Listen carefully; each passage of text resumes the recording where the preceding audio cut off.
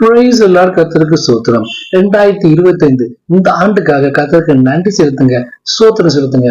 365 நாள் கர்த்தர் எவ்வளவு அருமையாய் பாதுகாத்தார். ஒவ்வொரு நாளும் புதிய புதிய கிருபையை கொடுத்தாரு. தேவைகள் எவ்வளவோ இருந்துச்சு, எவ்வளவோ பாடுகள், எவ்வளவோ உபத்திரவங்கள், எவ்வளவோ வியாதிகள், எவ்வளவோ பலவீனங்கள் எல்லாவற்றையும் தாங்கி தாண்ட கர்த்தர் பலம் கொடுத்தா இல்லையா?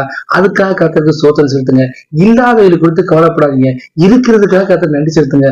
ஒவ்வொரு நாளும் காத்தார் இல்லையா? கொடுத்த சுகத்துக்காக நன்றி, ஆரோக்கியத்துக்காக நன்றி, சமாதானத்துக்காக நன்றி, கொடுத்த குடும்பத்துக்காக நன்றி, மனைவிக்காக நன்றி, கணவனுக்காக நன்றி, பிள்ளைகளுக்காக நன்றி, வருமானத்துக்காக நன்றி, இந்த வீட்டு கொடுத்த வீடு கொடுத்தீங்க அதுக்காக நன்றி சொல்லி எல்லாத்துக்காகவும் சோதனை செலுத்துங்க. இது இல்லையே அது இல்லையே புலம்பாதபடிக்கு இந்த ஆண்டு முழுதும் எத்தனையோ பேர் நம்ம கூட கடந்து வந்தவங்க நீங்க நம்ம கூட இல்லாம இருக்கலாம். ஆனா கர்த்தர் நமக்கு ஜீவனை கொடுத்துருக்காரு இல்லையா? அவரை துதிக்க சொல்லிருக்காரு இல்லையா? கொடுத்த ஊழியத்துக்காக நன்றி. எல்லாத்துக்கும் கர்த்தர் நன்றி செலுத்துங்க.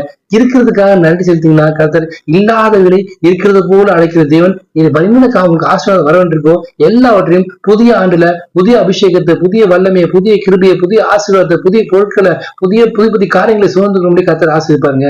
கர்த்தருக்கு நன்றி செலுத்துறது ரொம்ப பிடிக்கும். அதனால எல்லாவற்றுக்கும் கர்த்தர் நன்றி செலுத்துங்க. வாழ்க்கையில் செய்த எல்லா நன்மைகளுக்காக நன்றி நன்றி நன்றி நன்றி இருதயத்தில் ஆழத்திலிருந்து நன்றியுள்ள இருதயத்தோடு கர்த்தருக்கு இந்த நாள் முழுவதும், வருஷத்துல கடைசி நாள்ல இந்த நாள் முழுவதும் கர்த்தருக்காக நன்றி செலுத்துங்க.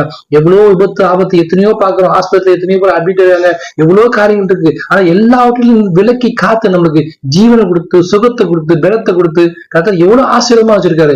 அதுக்காக கர்த்தருக்கு இந்த நாள் முழுவதும் கடைசி நாள்ல நன்றி செலுத்தி புதிய ஆண்டுக்குள்ள போங்க. கர்த்தர் புதிய ஆசீர்வாதத்தை நிச்சயமா கொடுத்து, இதுவரை காணாத ஆசீர்வாதத்தை அவங்க கொடுத்து மேன்மையாக வைப்பாரு, ஆசீர்வாதமா வைப்பாரு. விசுவாசத்தோடு காத்துருங்க. கர்த்தருக்கு நன்றி செலுத்துங்க, ஸ்தோத்திரம் செலுத்துங்க. ஆமென்.